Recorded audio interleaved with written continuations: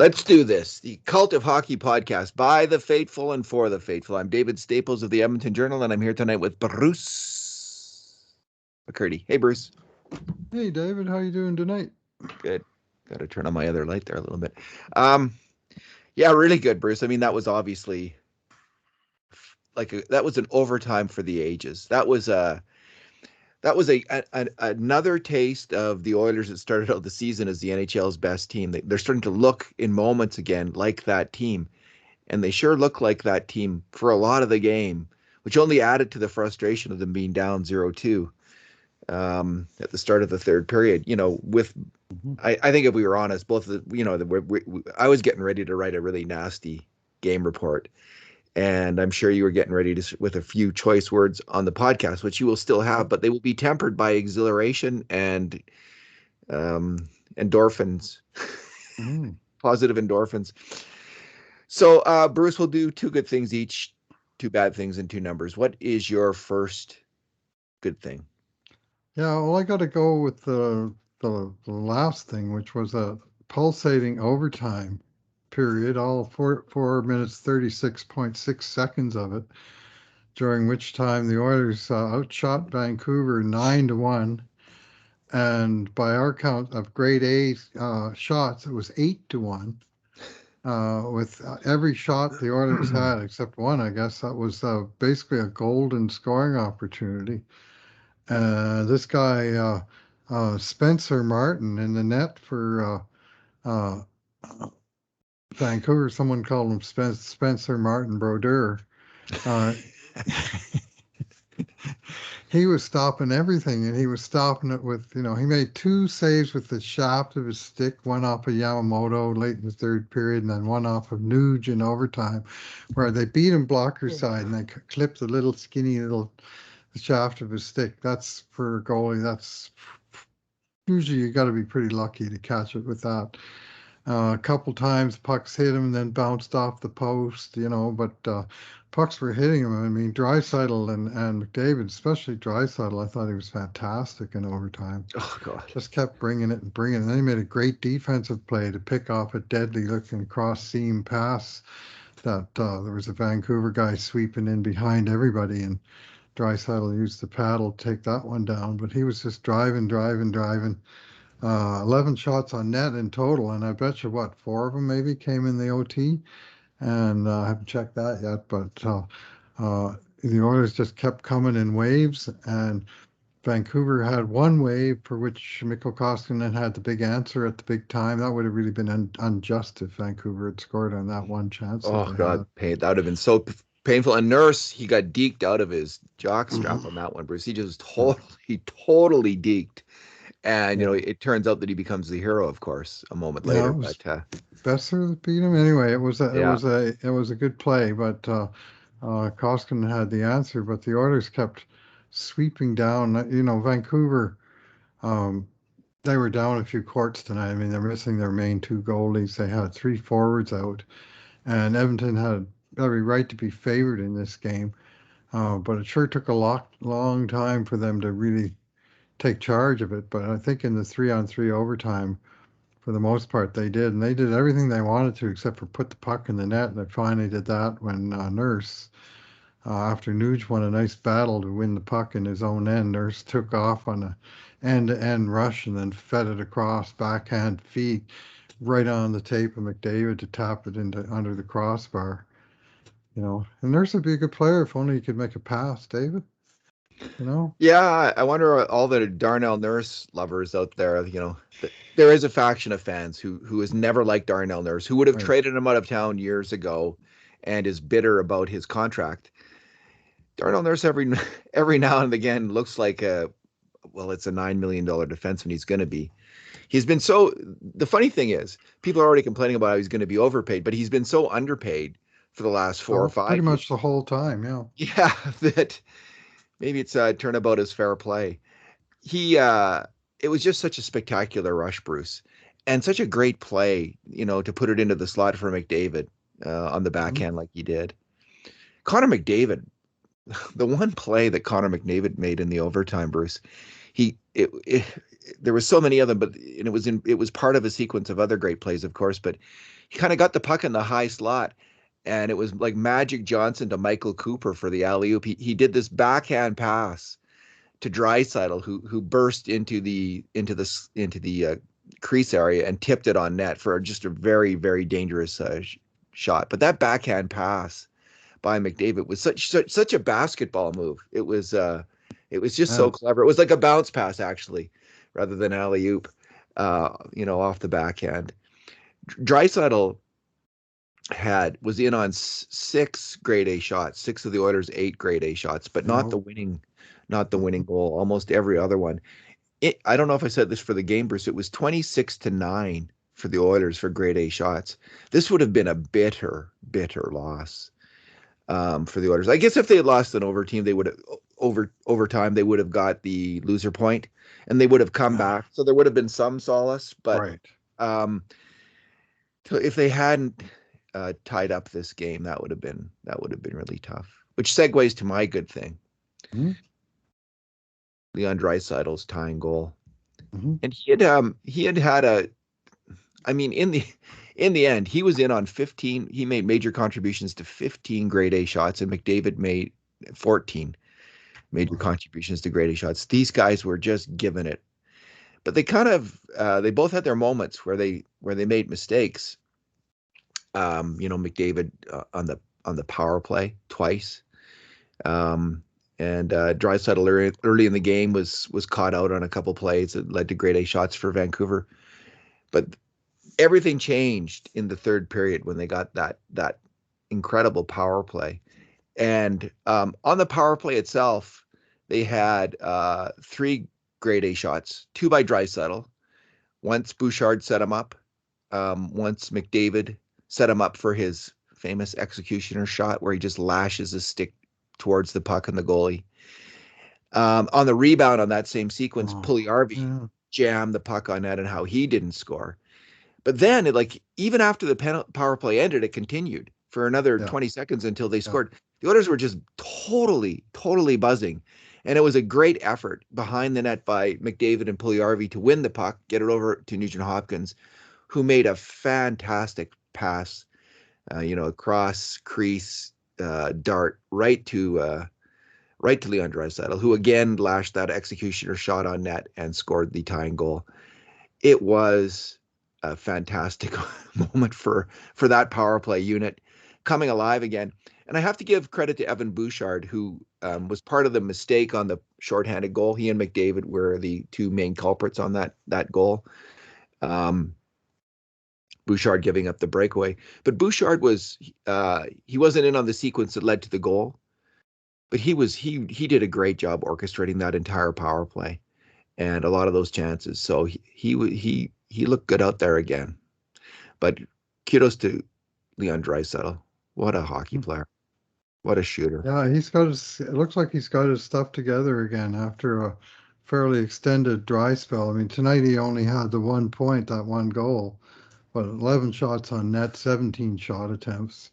Wow. And that's not without being particularly selfish. I thought he passed up a couple of shooting opportunities to try and feed teammates. He made some good passes along the way, and he really dominated large chunks of his 26 minutes that he played in this game. What's your second good thing, Bruce? Yeah, I'm going to go with Ryan Nugent Hopkins. Uh, Very welcome return to the lineup of the Nuge that um, stabilizes the Oilers in a lot of areas. Uh, there was a little bit of a false I was going to say false flag, but that's a political term. Where it would look like they were actually going to go with the center's three model in yesterday's practice, and then of course by game time tonight, Tippett had rethought everything and decided that he wanted to stack his top six as he usually does, and Nugent Hopkins went about his business on the wing, but he also went about his business on the power play, on the penalty kill, and in overtime, 3-on-3. Like the guy can play in all situations. And tonight, I really liked his game.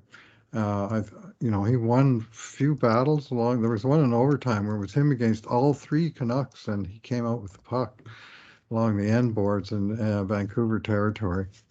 And he was, he played a good, determined game with a little bit of edge to it, and that's really when he's at his best. There are times I wish he was edgier, but when he brings the edge, he's uh, uh, nearer the top of his game. And I thought for a guy who hadn't played in like a month, December 31st was his last game. I thought he might take him a game or two to, really get his legs back under him and stuff, but that wasn't a problem. And see, what did he play tonight? Because this is coming off of that. 22, 20, 21, 22, 30. 22:56. Wow. So 23 minutes, and he was still going hard right to the end of overtime. In fact, he was winning the battle that led to that final rush. So, Yeah. but good on him. It's just nice to see him. And that pass he gave to Drysdale, that was a thing of beauty. Quick glance up, boom, right on the tape from the far board's hash mark right onto Leon's tape on the other side of the ice. There was a lane there, and boom, the puck was through it and set up on a tee for Leon to lash it home. He had a lower body injury, did he not? Like that's what I think we heard in the end. I think that was so for him to have his legs and to be able to skate like that was amazing. And Bruce, I thought he got stronger and better as the game went Yes, along. I thought he started to absolutely. get more into it and you Mm-hmm. know as it went along. And as you mentioned, his play on JT Miller in overtime there wasn't a good angle of it, but it was apparent that he poked the puck off Miller's stick, and that's how it went to Darnell. I think it went to Yeah, I'm Nurse. surprised he didn't get an assist on that, but I haven't seen with the right Yeah, angle. You need to be looking up the boards to know for sure. But maybe it was just a whatever stick check. happened, yeah, he shook the puck free, whether he touched the actual puck or not. He shook it free, and Nurse jumped on it and jumped into the open ice. So, It'll be interesting to see if they keep Nugent Hopkins with McDavid.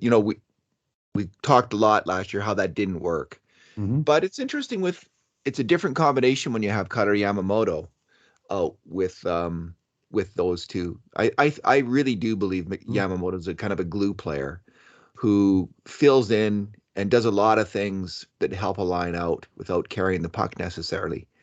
And we'll see. Maybe that'll work. My other good thing is Cutter Yamamoto. Good pick. He was he was really unlucky not to score. Oh, He had three tip I'll shots, say. one of them off the crossbar. He had the Hmm. like late in the game, of course, there was off a Bouchard rebound. The old Bouch bomb was Hmm. fired on net, and Yamamoto got the rebound in the slot and slammed it on net. And as you mentioned, it went off the goalie's the end of his stick, the shaft of his stick. I So couldn't cut. believe it because he'd had a Yeah. few bounces not go his way before that, and he thought that he had the winning goal, I'm sure, at that moment. He had five grade A shots on net in total, Hmm. which is a pretty amazing. That's pretty good work for a night. He Hmm. played well all game. So he's my other good thing. It was kind of a um, the top lines really carried the Oilers in this game, but man, did they ever carry the Oilers? They carried them right to victory. So although it was Ryan McLeod who scored that goal, the big goal that The icebreaker. the icebreaker. Yeah. We were talking last podcast, I think, about when was the last time we saw the Oilers get a bad goal. Well, it finally Yeah. happened. And it's funny because Martin made so many astonishing saves tonight, but that one was just left a little hole, and McLeod's speed, and I think he surprised me a little bit with the shot, and it just found a little gap on the short side. And from that moment, I thought, we really do have a chance here because Vancouver is clearly fading, and there's still a Yes. lot of time on the clock. But they uh, they didn't waste. It wasn't like they wait. Sometimes there's a lot of time on the clock, and the next thing you know, there's 2 minutes left, and they're pulling the goalie, and it's too late. But they tied it about halfway through the third, and kind of, I think, played it fairly smart thereafter. Like there was no sort of dumb risks taken with the tie game in the third period. And I mean, you got to secure the 1 point. I mean, I hate the rule, but it is the rule. You got to play it. You got to play the game. And the game there was to secure the 1 point and then go after the second point. And boy, did they go after it when the time came. But Yeah, that goal that Martin let in, it's almost like the stinker goal rule, right? You let in that stinker goal and all bets are off. Like the other team takes a lot of heart from that. And if it happens early in the game, you're not likely to win. And if it happens late in the game, well, you can lose then too. Martin did play fantastic through the game. I was wondering if he was somehow related to Seth Martin. the great Trail Smoke Eaters and Father David Bauer, Team Canada goalie. Yes, so he Yes. played a little bit for St. Louis Blues on a troika with Glenn Hall and Jacques Plante. Can you imagine? And Seth Martin, like three of the most famous goalies of the middle of the 20th century. Maybe not many would rate Seth Martin that way, but I tell you, a whole lot of people in international hockey thought Seth Martin was the best goalie that was in that circuit. Well, that's how I know of him, reading Anatoly Tarasov's great book, Road to I bet, Olympus. I bet he And said good things about he him. mentioned Seth Martin again and again and again. They just like were obsessed with Seth Martin, the Russians, where they studied him. You're like, how does this guy do that? Like, how does he do Mhm. these things? And like he was the model goalie that Tretiak was based on. Although, of course, Tarasov had such a huge ego, he had to, of course, devise the whole thing that Tretiak was going to be this new model, this new goalie, like the new Soviet man. And anyway, that's a tangent. But Tretiak's game was modeled after a crab. He Mhm. and Tarasov imagined a crab. Oh yeah, I don't know quite how that works, but it did work. All double right, Bruce. jointed. Eh? Yeah, let's move on to our bad things. Mm. Um, why don't you go first? Sure, I'll go first with the first goal of the game. Scored, of course, by whoever is playing against the Oilers, because they always score first. And they did again tonight. And it was, there'd been a lot of back and forth. The Oilers certainly could have scored first on a number of occasions tonight, but it was a 4-on-4 where McDavid was in the penalty box. And it was one of those ones where they called a trip and a dive on the same time with Matthew Highmore uh, drawing the interference penalty on McDavid by diving, apparently, and the ref called both of them. Anyway, it was a 4-on-4, and I just thought Oilers sort of lost their focus and they kind of lost the plot. And they had the puck in their own end and they had it for a while, and they were sort of doing the Harlem Globetrotters thing where they're dropping passes, and they're not going anywhere, and they're not going anywhere. And finally, they get it out to center, and then Duncan Keith makes a lame, weak pass to try to get it up to Nugent Hopkins. He turns it over. Vancouver takes it in the neutral zone, and Elias Pettersson runs up the ice with the puck, and Fogel kind of tries to challenge him outside the blue line and just loses that battle. And then Cody Ceci kind of backs in and doesn't really stand up and close down the gap on him. And Mikko Koskinen kind of doesn't stand up on his toes and he backs into the net a little bit. And then Pettersson lets go of that laser that he's got right through Cece's legs, right through Cece's screen, and boom, into the top corner. And you and I were still arguing about whether that was an A or a B shot. I'm sympathetic to the goalie that never saw the darn thing because the defenseman was a better door than a window until he didn't block the shot. Anyway, and there's enough mistakes to go around that I think just to blame the goalie lets all these other mistakes off the hook. I was No, mad at well, the team on that sequence. There was yeah, a I lot of I could tell, weak, Bruce. soft plays, and it resulted in the first goal against again. And they got to stop with these weak, soft plays with the score 0-0. I That's completely agree, Bruce, though, that other players made mistakes on that goal. I mean, that's obvious. But I also think this isn't a feature. This isn't a bug of Koskinen's game that he lets in goals like this. This is a feature. He plays back in his net. And there was no one else rushing up the ice with Elias Peterson. He had one play, shoot it on net. You might think you'd at least be at the top of the crease. If Koskinen is at the top of the crease, there is no way that goal goes in. But he's right. always back. He's back. And he lets in goals, I think, because of this style of play. He didn't have to see it if he is in the right position. like a lot of NHL goalies would be who play a slightly different style of play. It just would have hit him. He's a great big guy, get out the top of the crease. That is going to hit you. And the reason it's a B shot is, I think it, well, according to our rules, if the goalie should have made the save, then it's a B. He didn't. Then that's by definition a B shot. Doesn't mean CC didn't screen him, gave up too much gap, or Fogel couldn't have cut him off in the neutral zone better, or Keith, could have made it, just get the puck deep. But I think they were all to blame on it. And when the goalie's to blame, well, that's because he should have had it, and I think he should have had it from that shooting position. The goalie should have it, especially again with no other options for Peterson except that angled shot. So I didn't like it. Listen, it's fair enough to disagree with that, Bruce. There's going to be, if you went on Twitter, I think it would probably be 50-50, right? Half the people would be blaming Koskinen, I'm guessing, and then half the other people would be blaming everybody, like you're doing, and some people would be defending Koskinen. I haven't been on Twitter, so I don't know, but I'm just guessing. But I take I think on the 4-on-4, it's such an unusual situation, right? They don't practice it much, and they think it's time to get fancy, and like you do on 3-on-3, but it's not really. It's kind of a hybrid situation where you have to still kind of play power hockey, safe hockey. It's not 3-on-3, and it's not the first time they've been burnt on it this year. If my memory is correct, I think there's been at least one other time where they just got to, the players start circling in the zone, and the defensive players all get confused. I just a picture in my head, Patrick Kane moving with the puck in the zone, and the Oilers defensive coverage breaking down, and the Oilers getting scored on 4-on-4, and that's what happened. Well, it was just as you say, all of them backed off. All of them backed off, including the goalie. And that's how that goal went in. My bad thing, Bruce, is the bottom line players. Yeah. Bottom line players, Sevier, Derek Ryan, and Devon Shore. The Tippett line, we might call them.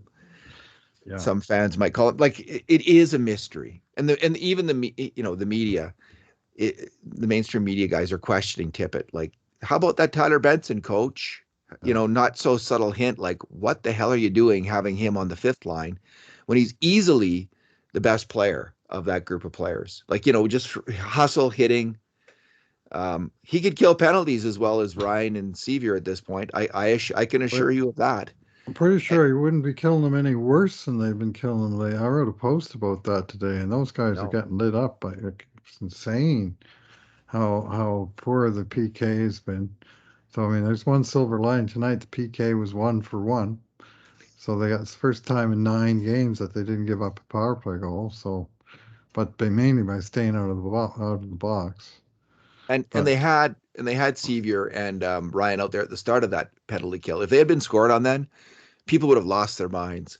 Then you would have been one of them. Yeah. No, not just you. Your story. The story you did in the narrative around the PK, like, it's talked about, and people are starting to figure out, like, who the culprits are. And I can't figure out for the life of me why Jesse Puljujarvi hasn't been given a chance on the penalty kill. He did play in Finland. Yep. When we were watching him, now and then he would be out there on the PK. He did fine. So I don't get that at all. But this is the Tippett line. He's got all the players that, fans regard as Tippett's pets were on the one line tonight. Devon Shore, Derek Ryan, and Colton Sevier.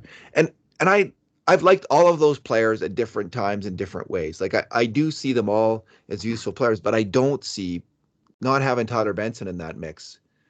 I don't see it. I guess he wanted them all on the PK. Is that it? Like, you need them all, but can't you? Well, you had Nuge back tonight, so you didn't need them all for the PK. And the following 3 Oilers forwards of the 12 had 0 shots on net tonight. Derek Ryan, Devon Shore, Colton Sevier. Hey, look at that. They played all on the same line, and not one of them had a shot on net. That's hard to do. Anyway, of course he was good. And as a line, they've thought off, and you could say your fourth line, if they saw off every night, you're happy with it. And that's what they've done as a trio. But during that same time, they've been getting crushed on the penalty kill, which is a large part of what Edmonton's bottom six is about in the Tippett era. So anyway, it just annoys me, David, as a long-standing fan of this team, watching young players shrivel up and die on the vine over and over again for it seems like a century. I'm not quite that old, but it's been a long damn time. They have decent young players, and yet something happens, and by the time they're 24 or 25, they've moved on from Edmonton, and maybe they have a career somewhere else, and maybe they don't. But Edmonton goes back to the well of bringing in 32-year-old guys that have played on 4 or 5 other teams over the time, and they don't ever develop their own depth players, right? I mean, they had Kyle Brodziak, they traded him for nothing. They had Andrew Cogliano, they had traded him for nothing. I mean, this isn't just a Ken Hall and Dave Tippett problem. It goes back decades, and it's still a problem. Like, anyway, maybe Ryan McLeod is going to be that player, where he's a high second round pick, but he's not sort of a golden boy high first round pick. That looks like he might be a support player for a long time. But you look around at other teams and you usually find that they got guys that they've been working into that role for a while, and it bugs me. Like it's a problem in the construction of the team that they're not able to do that. McLeod is another player, Bruce. He regularly killed penalties, I think, in his first 2 seasons in Bakersfield. Mm-hmm. And then now, like this game, not a second out there. And he hasn't been, I don't think, getting much time. So it's you have that he's another fast guy with some length to him, like like Pulsating. You get those two guys out there, they'll stop those cross seam passes that have been killing the Oilers recently. They'll have a much better chance at least of doing so. I noticed that Tippett did go to Sevier and Ryan initially and then didn't go back to them. He had an unusual combination of Sidle and Yamamoto out there. I guess Dry has been used somewhat, but it's like the coach was, well, I'm not really screwing around here. I'm going to put out Sidle and Yamamoto to kill off this penalty. I'm not going to go back. Mm-hmm. I'm not going back to Sevier and Ryan, as much as I like them. And I'm not. Coach will like who he likes, and all coaches have their favorite players. But Yep. I agree with you. Like it's frustrating. Tyler Benson. Someone was postulating that he's been the most physical Oilers forward, and it might actually be true. I mean, It was as Cassian, recently as last game. yeah, Let's yeah, reward that guy with a seat in the press box. yeah. Devon Shore's not been playing well. You could put, Benson with Sevier and Ryan. Yep, sure. Why not try that, or put Shore at center? And any one of the three, I would play Benson. Yeah, I agree. Shore at center is not anything. I kind of actually like Derek Ryan at center as a fourth line center. I think he's not a bad one. If he's that role, he can Mm-hmm. get it. He can get the job done. He like for instance tonight he did win all 4 of his faceoffs. Was out there for 30 seconds on the PK, got the job done. At even strength though, he's been playing in the last 6 weeks. He's been playing a lot better and not giving up much in the defensive end at all at even strength. So he's okay at fourth line, but Tyler Benson would be good too. So. All right, let's move on to our numbers, Bruce. What's your number? Yeah, I'm going to go with 0-2, which is that score that we keep seeing on the big scoreboard over and over again. The Oilers, in their last 10 games, they've given up the first goal in all 10 games. They've given up the second goal in 6 of the 10 games that they've been down 2-0. And unbelievably, all 3 of their last 3 wins came from a 2-0 deficit. Well, but guess what? Along the way, they've gone 3-5-2 because they lost all the other games that they, gave up the first goal. And they have, it's a 29 game run now, David, where they've scored the first goal 4 times and they've allowed it 25 times, 25-4. And in those 29 games, they've given up the second goal 14 times. So they've been ahead 1-0 4 times. They've been behind 2-0 14 times. Like, I've never seen anything like it. It's just, they just can't ever seem to can't get the first goal at all. And even when they give up the first goal, half the time they give up the next goal as well, or more than half the time. They're just fighting from this deficit all the time. They have to do something to break out of that. They got to find a way to somehow get one in the first, however long it takes. I mean, earlier the problem was the first goal would be in on the first shot and be a minute into the game. It would already be 1-0. But here, the last little while, we've had two games in the last three where they were 0-0 right into the second period, and then finally they had the breakdown and gave one in where you say, well, it's not the defense, it's the fact the offense can't seem to ever score to break the ice. So whatever, it's an aggravating thing to say the least. It's 10 in a row, 16 out of 17. Maybe they could get some power plays in the first period, and that would help. They don't seem to be getting a lot of power plays in the first period, I will say No, that. this is true. Yeah, no, I looked that up at one time, and they were getting the first penalty in a lot of games. But David, you'd have to flip a coin 1,024 times before it came up tails 10 times in a row. If you're playing a truly 50-50 game, that's the odds. And whatever it is, it's not a 50-50 game for the Oilers. It seems like a 0-100 game. Sure is hard to win. It is so hard to win when this keeps happening, obviously. I mean, that's the most obvious comment on And earth, but it's the truest comment too. well, and even when you do win and you pull it off, now, okay, you've got McDavid's played 27, 28 tonight, and Draisaitl's played 26, 15, and now they got Yeah. to come back day after tomorrow with enough gas in the tank to try and win that game. And anyway, it's they did get the job done, and credit to them. They deserved the win in the fullness of time, 64 minutes and 36.6 seconds. They were the better team, but it took that long to finally get it solved. Well, I think one good news is we might have Zach Hyman back in the lineup. And I'm suspecting he'll be with Sidle and Puljujarvi.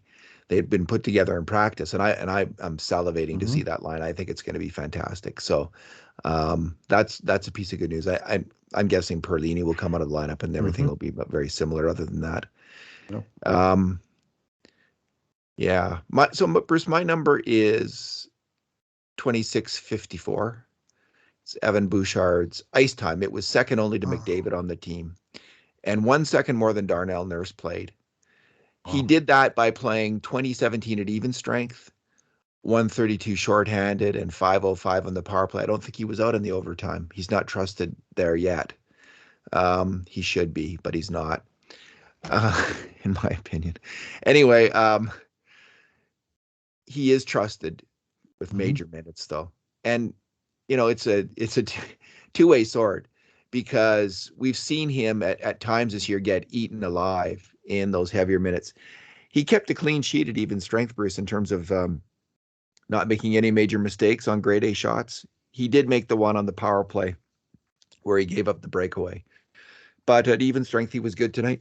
He and Nurse were good. He was good on the power play for much of the time, good at shorthanded, and the coach is obviously going to him a lot. Just a really interesting player. I think as he gets his confidence about him and his game together, he does, I think, have the ability to dominate games with his passing and his defensive awareness. Like once he starts to rag the puck a little bit more, like I think he's going to get more confident with the puck. Like he's extremely confident with the puck, but I just think he'll hold it a little bit more. He'll skate with it a bit more, and he'll take his time a little bit more with the puck. He does have that ability to do that. Some people compare him, and I have made the comparison, like he's somewhere on the spectrum between, Justin Schultz to Sergei Zubov, somewhere in between those two players. And on bad nights, he does remind us of Justin Schultz, I think, where, this really strong, stellar passing game combined with kind of a soft defensive player who makes defensive mistakes. But Justin Schultz turned out to be a pretty damn good player. I think he won 2 Stanley Cups in Pittsburgh and was a key player on both of those Stanley Cup winning teams. Evan Bouchard can help the Edmonton Oilers win Stanley Cups. This coaching staff, although they're not trusting Tyler Benson right now necessarily, they are trusting him. And although I'd like to see Jesse Puljujarvi on the PK. They're trusting Jesse Puljujarvi. He played 21:53, and he Yep. played in overtime. Yes. And I think that might be one of the first times we've seen Puljujarvi in overtime, if I'm not mistaken. Maybe I am mistaken. But so the coaches staff do have it's not like no young players can make their way into this coaching staff's good graces. That is not true. But and Bouchard is proving it. And his time on ice tonight proves it. Final thoughts? Had to have that win. Yeah. If they'd lost this game, especially in regulation, down 2-0 after the second, the odds are pretty low. But they lose this game. Like when you're outside the playoff cut line, every regulation loss is a disaster because it Yeah. cancels out a win. And you actually, you're even with a win and a loss in 2 games, you're falling a little bit behind the league because some other teams will have a win and an overtime loss, or there's points to be had. So once you've fallen behind, you have to start stringing wins together. And as of now, they've strung 2 wins together. They have a pretty tough team here. It's Nashville, I think, isn't it, on Thursday?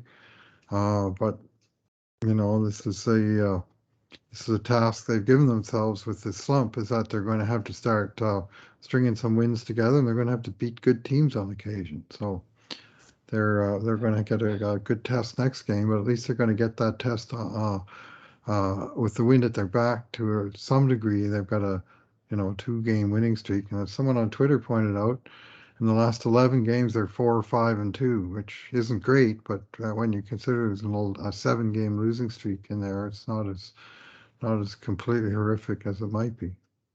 So they're in their Western division, Bruce. They're sixth right now. They have 42 points. San Jose is 2 points ahead of them. LA 6 points, and Anaheim 7 points. But when you look at winning percentages, Edmonton has a 553 winning percentage. San Jose has a 524 winning percentage. LA has a 558 winning percentage, and Anaheim has a 557 winning percentage. So Edmonton, LA, and Anaheim are all essentially tied in terms of winning percentage, and just very even right now. So we'll see what happens here. The Oilers are not out of the playoff race at all. Calgary only has a 595 winning percentage. And Las Vegas only has a 616 winning percentage. Like, there's no team that's dominant in this division.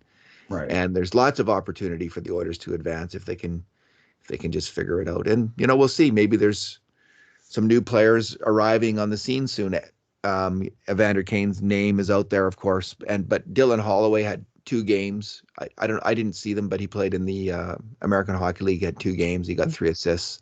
I did watch some of the highlights, and some nice passing there. Some nice passing, and we watched him last year. Yep. He is a fantastic hockey player. He's so fast, skilled, and aggressive. Yeah, you could see nice him combination. Making an impact in the NHL sooner than later on the wing, as a third line winger. So, just a real tough health problem kept him out of the lineup. But this is hockey. This is what happens. So, anyway, it's not all glum, Bruce. No, it's not all horrible. No, it's been a pretty horrible few weeks, but we may be coming out the other side of that, David. And I just wonder how much some of it may have just been the whole team was down a court, with all of this, all this time off the ice, all these games where they never had the same lineup 2 games in a row, where they had people coming back that had been off the ice for 5 or 10 days, or had been hurt, and it was just like a perfect storm of crap was happening. Shitstorm, yeah. It perfect shitstorm, and it went, and it's just whatever could go wrong kept going wrong, and it's the old saying, whatever doesn't kill you makes you stronger, and maybe it'll be one of those in the long run, but they're going to have to survive quite a few character tests to get from here to there, and they survived one tonight. Credit where due. Yeah, and they still need a goal. Like, you can't. Everyone's been saying, you can't count on Mikko Koskinen as your starting goalie. I think Mikko Koskinen might even say that. he can't play every game. And I guess they can go to Skinner. Like he'll be off the COVID protocol. I think he's off the COVID protocol. Is he not? So they could go Yes. to He was the backup tonight. yeah. He They was. might Yeah. go back. Skinner's played well, so Hmm. he does offer that. But they really need Mike Smith to come back and play well. And he was just put on LTIR today. I don't know what that means. Maybe that was just a paper move. The fact that Okay. he's going to be out long enough to warrant that, but this isn't Twice looking he's good. been day to day and wound up on not just injured reserve, but long-term injured reserve, which is a minimum of 24 days. Oh, is that right? So he's Yeah. out. He's out for a long time then Yeah. here. Well, I'm not, well, No, I it's mean, he's only he been out played like on 10 days, January, Bruce. he played on January 5th in Toronto. Oh, okay. So 24 days will be up on the 29th. So Oh, okay. that's within Oh, okay. close range. But That's better news than I thought. Because he wasn't announced as out until like he was in practice. And I don't know what counts, Bruce. Like I don't know when you count it from. Do you count it from his last game or when he went off the roster retroactive, they can make it retroactive. to the last game he played? Yeah. Okay, great. So, Well, we'll both be corrected shortly by original mhm. Pulsar. Yeah, original Posar and a Puck PD will step in and set us straight if we're way off the Yes. mark as well. Yeah. So All right. nice to have that kind of It guardrails. is. It totally is. We're not. I don't claim to be a capologist. Yeah. All right, Bruce. Thanks for talking tonight. All right. Thanks for listening, everyone. And in the meantime, and in between times, this has been another edition of the Cult of Hockey podcast.